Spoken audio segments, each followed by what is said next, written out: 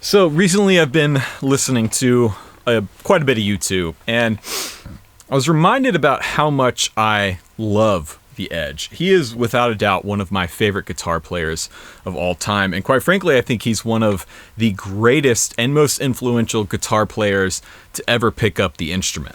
Now, I've only seen U2 perform one time, and it was about 10 years ago or so when they were on the 360 tour, which is the tour where they were playing with those giant spaceship stages. My dad took me to go see them at the Georgia Dome in downtown Atlanta, which is no longer there.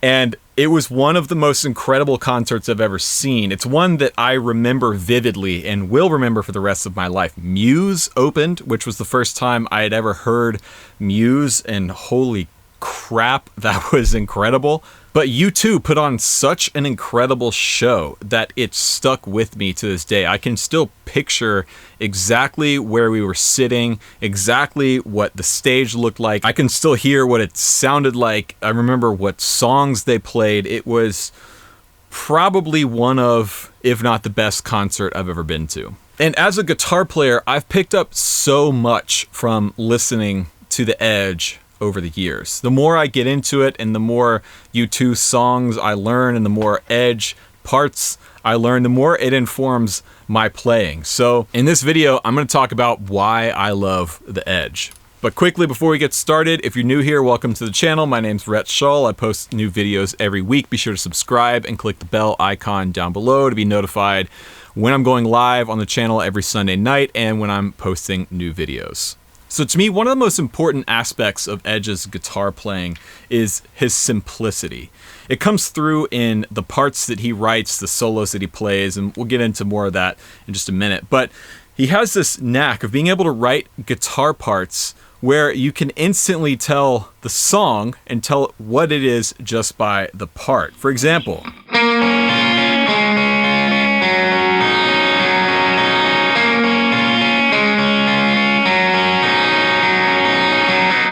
that's an incredibly simple part. It's just 3 triads, but when you put it in the context of that song, Sunday Bloody Sunday, it's exactly what the song needs. It doesn't need anything more complex than that or more simple. It's perfectly outlining the chords. It's working perfectly with the rhythm section. The tone is on point, which we'll get into that in a minute. Now, being able to write a simple part is, quite frankly, not always the easiest thing to do. A lot of times it's actually pretty difficult to find a part that fits so well, that is that simple. One thing I always struggle with as a guitar player is overplaying or trying to put too much into too small of a space. And this part, the Sunday Bloody Sunday part, to me perfectly illustrates what simplicity can do for a song. Like, that's all it needs, nothing more, and I love that. Another thing that I really love is how deliberate and well thought out all of his parts seem to be. Whether it's that intro part on Sunday Bloody Sunday, or what type of effect he might be using, what type of delay, whether it's Deluxe Memory Man or 2290, everything he does is so well thought out and considered, and you can hear that in the music. I mean, all you have to do is go look at his live rig and the stuff that he puts together to take on tour with his guitar tech, Dallas Shrew, and you can see that the Edge is a dude that is very particular and very thorough and has a reason for why he wants every single piece of gear out on the road with him. Everything in that rack, in that effects rack or that giant pedal board that he's using, is there for a reason. And that attention to detail and that thoroughness really comes through in his guitar playing.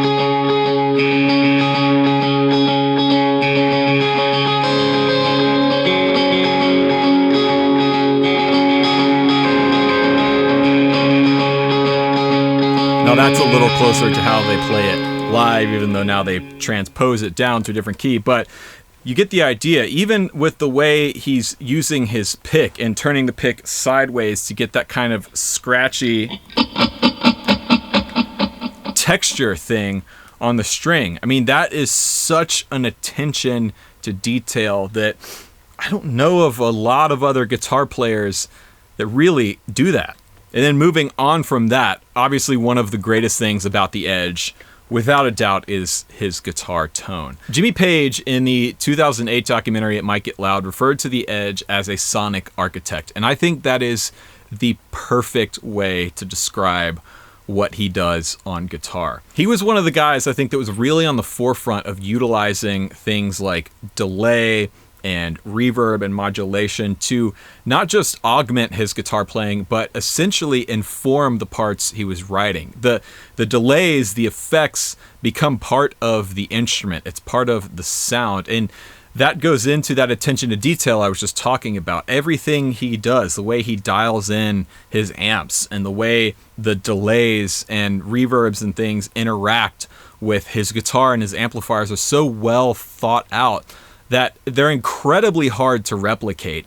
I've tried many times. In fact, before I turned on this video, I spent about 2 hours with the Axe Effects trying to dial in something remotely close to his tone, and it's a lot harder than you would think. Now, of course, everyone knows the dotted eighth delay thing that he's known for doing, like...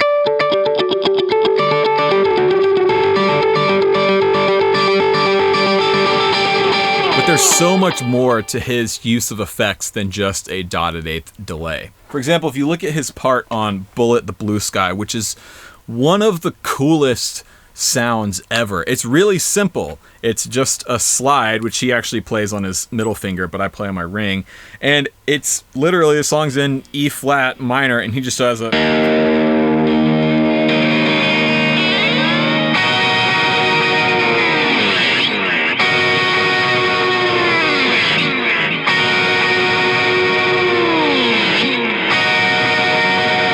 That part's really simple. It's just a single chord played with the slide and a quarter note delay underneath it. But in the context of the song, it adds so much power and tension to it. It really brings the message of that song to life with just one simple guitar part. That's something that is so hard to accomplish, but the Edge seems to be able to do it time and time again.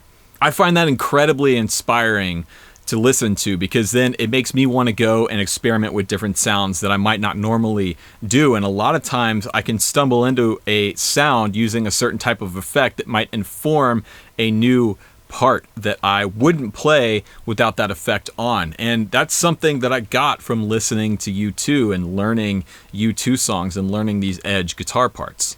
I'm also a huge fan of Edge's lead playing, and I think it's because he seems to approach it in the same way he would approach writing or composing any other part of a song, whereas it's not a chance to really improvise and show off and melt face with a, crazy ripping solo. Instead, it's a chance for an instrumental piece, another melody, something that is memorable, something you could sing, and something that really adds to the song. And he actually wrote and performed one of my favorite guitar solos of all time from any player on any record.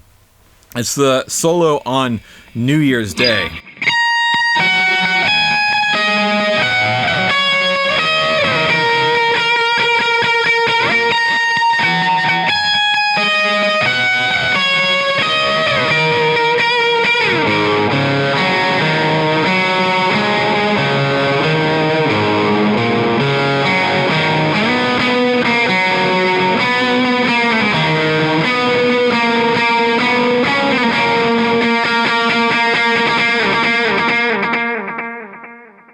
I love that solo so much because it fits the song so perfectly. And at the point where it comes in the arrangement, it's like this huge payoff. And when it opens up, it's just this really high note. But the thing is, the solo has direction and it's memorable. It's a melody. It's something that, while you probably couldn't sing the high part, you can remember it. It sticks with you. At least it sticks with me. And again, when you combine that with the tone, the way he's using the delay underneath that guitar part, it's adding to, it's augmenting that part, and it's making it sound huge. And that's what the song needs at that point. It needs a massive screaming guitar solo, and he delivered.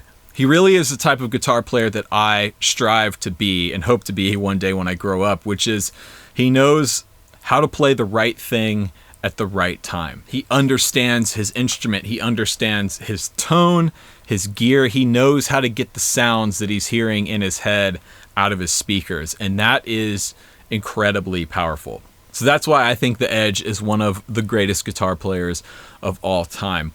What do you think about the Edge and his playing? Let me know down in the comments section below. If you want to support the channel, buy a t-shirt, a coffee mug, a Helix preset, Kemper profile. Also, very soon, my tone course will be available for purchase. That'll be linked in the description box when it's available, so be on the lookout for that. Don't forget to follow me on Instagram at Rhett Shull. Subscribe to my YouTube channel here. Thanks for watching, everyone. Hope you enjoyed the video. And remember, there is no plan B.